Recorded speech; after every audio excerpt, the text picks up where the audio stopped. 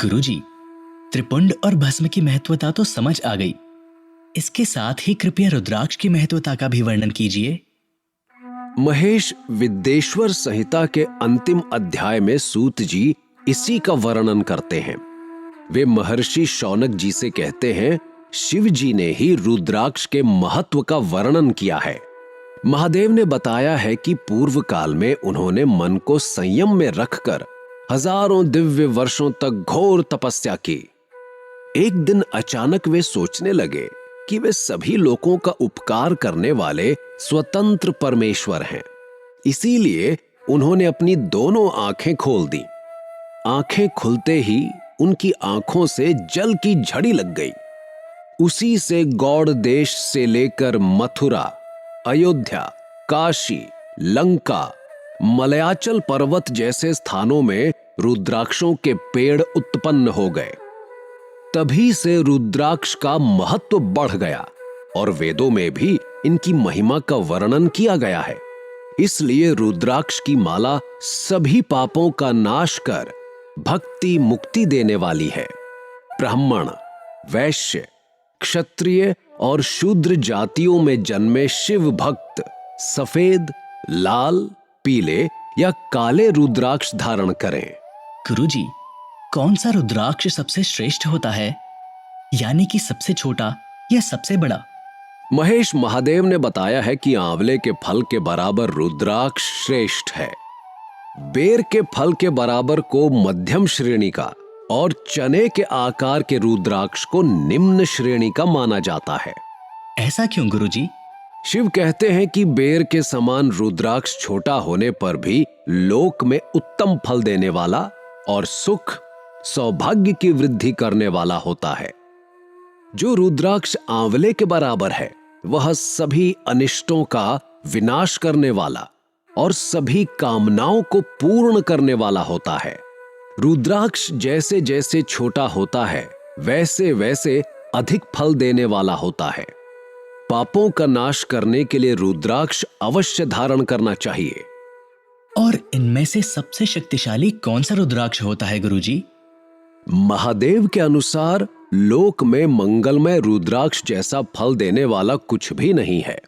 समान आकार वाले चिकने, गोल, मजबूत, मोटे, कांटेदार रुद्राक्ष, उभरे हुए छोटे छोटे दानों वाले रुद्राक्ष सब मनोरथ सिद्धि एवं भक्ति मुक्तिदायक हैं। लेकिन कीड़ों द्वारा खाए गए, टूटे फूटे, कांटों से भरे और जो पूरे गोल ना हो, इन 5 प्रकार के रुद्राक्षों को छोड़ देना चाहिए।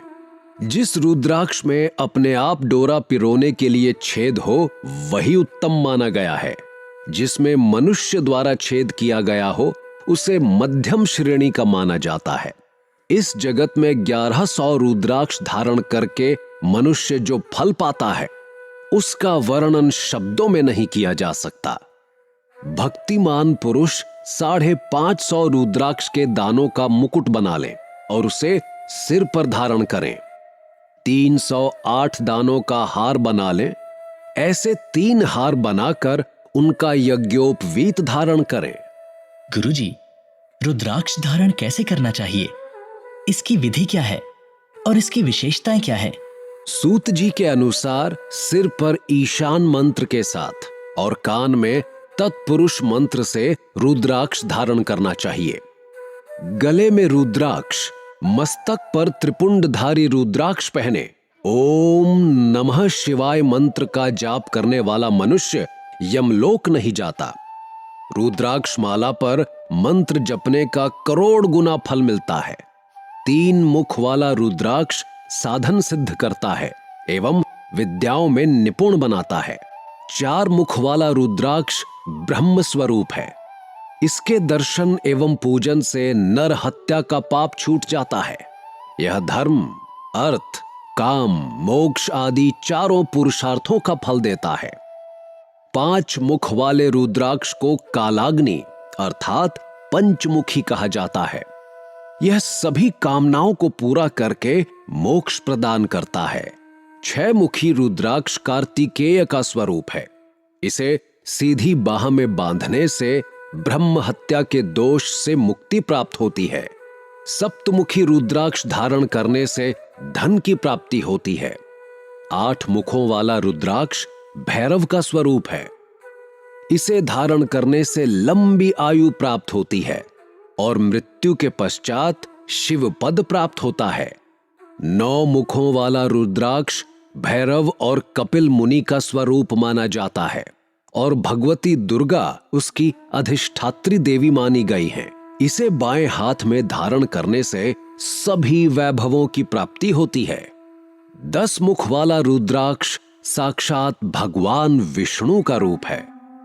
इसे धारण करने से सारी इच्छाएं पूरी हो जाती हैं। 11 मुख वाला रुद्राक्ष रुद्र रूप है। इसे धारण करने से मनुष्य को सब स्थानों पर विजय मिलती है। 12 मुख वाले रुद्राक्ष को बालों में धारण करने से मस्तक पर 11 सूर्यों के समान तेज प्राप्त होता है। 13 मुख वाला रुद्राक्ष विश्व देवों का स्वरूप है। इसे धारण करने से सौभाग्य और मंगल का लाभ मिलता है। 14 मुख वाला रुद्राक्ष साक्षात शिव स्वरूप है। इसे भक्ति पूर्वक माथे पर धारण करने से सभी पापों का नाश हो जाता है। इस प्रकार मुखों के भेद से रुद्राक्ष के 14 भेद बताए गए हैं। अब मैं तुम्हें रुद्राक्ष धारण करने के मंत्र सुनाता हूं। पहला, ओम ह्री नमः। दूसरा, ओम नमः। तीसरा, क्लीं नमः। चौथा, ओम ह्री नमः। पांचवा, ओम ह्री नमः। छठा, ओम ह्री ओम नमः। सातवां, ओम हुम नमः। आठवां, ओम हुम नमः। नौवां, ओम हुम नमः। 10वां, ओम ह्री ओम नमः।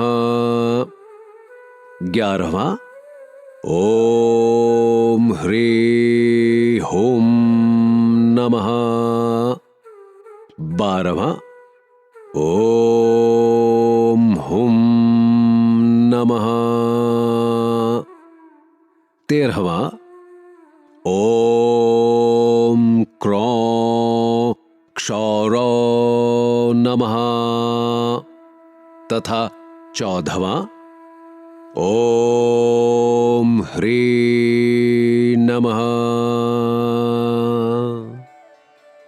इन 14 मंत्रों द्वारा क्रमशः 1 से लेकर 14 मुख वाले रुद्राक्ष को धारण करने का विधान है। साधक को नींद और आलस्य का त्याग कर श्रद्धा भक्ति से मंत्रों द्वारा रुद्राक्ष धारण करना चाहिए। रुद्राक्ष की माला धारण करने वाले मनुष्य को देखकर भूत, प्रेत, पिशाच, डाकिनी, शाकिनी दूर भाग जाते हैं। रुद्राक्षधारी पुरुष को देखकर स्वयं मैं, भगवान विष्णु, देवी दुर्गा, गणेश, सूर्य तथा अन्य देवता भी प्रसन्न हो जाते हैं। इसलिए धर्म की वृद्धि के लिए भक्ति पूर्वक मंत्रों द्वारा विधिवत रुद्राक्ष धारण करना चाहिए। क्या तुम जानते हो महेश, इस ज्ञान के विषय में शिव ने स्वयं देवी पार्वती से कहा था। सूत जी विद्येश्वर संहिता के अंत में कहते हैं, मैंने आपके साथ संपूर्ण विद्येश्वर संहिता का वर्णन किया है। यह संहिता संपूर्ण सिद्धियों को देने वाली तथा भगवान शिव की आज्ञा से मोक्ष प्रदान करने वाली है। जो मनुष्य इसे पढ़ते और सुनते हैं वे पुत्र पौत्रादि के सुख भोग कर सुखमय जीवन व्यतीत करके अंत में शिव रूप होकर मुक्त हो जाते हैं। हर हर महादेव गुरुजी। मैं विद्येश्वर संहिता का ज्ञान प्राप्त करके धन्य हो गया हूँ। अगली संहिता कौन सी है गुरुजी? गुरुजी ने गुरुकुल की खिड़की से जब बाहर देखा तो शाम हो चली थी। उस पावन भूमि में पंछी अपने अपने दलों में बैठकर मधुर गीत गा रहे थे। ऐसा लग रहा था जैसे शिव पुराण की कथा सुनकर वे भी मुग्ध हो गए हों। महेश, संध्या का समय हो चला है, भोजन करके विश्राम कर लो। अगली संहिता है रुद्र संहिता, जिसका वर्णन मैं तुमसे कल सुबह करूंगा। लेकिन ध्यान रहे, सूर्योदय होते ही इसका पाठ शुरू करना अत्यंत आवश्यक है। गुरुजी, आपसे शिव पुराण का ज्ञान प्राप्त करना तो सौभाग्य है। मैं कल सुबह सूर्य की पहली किरण के साथ ही प्रस्तुत हो जाऊंगा।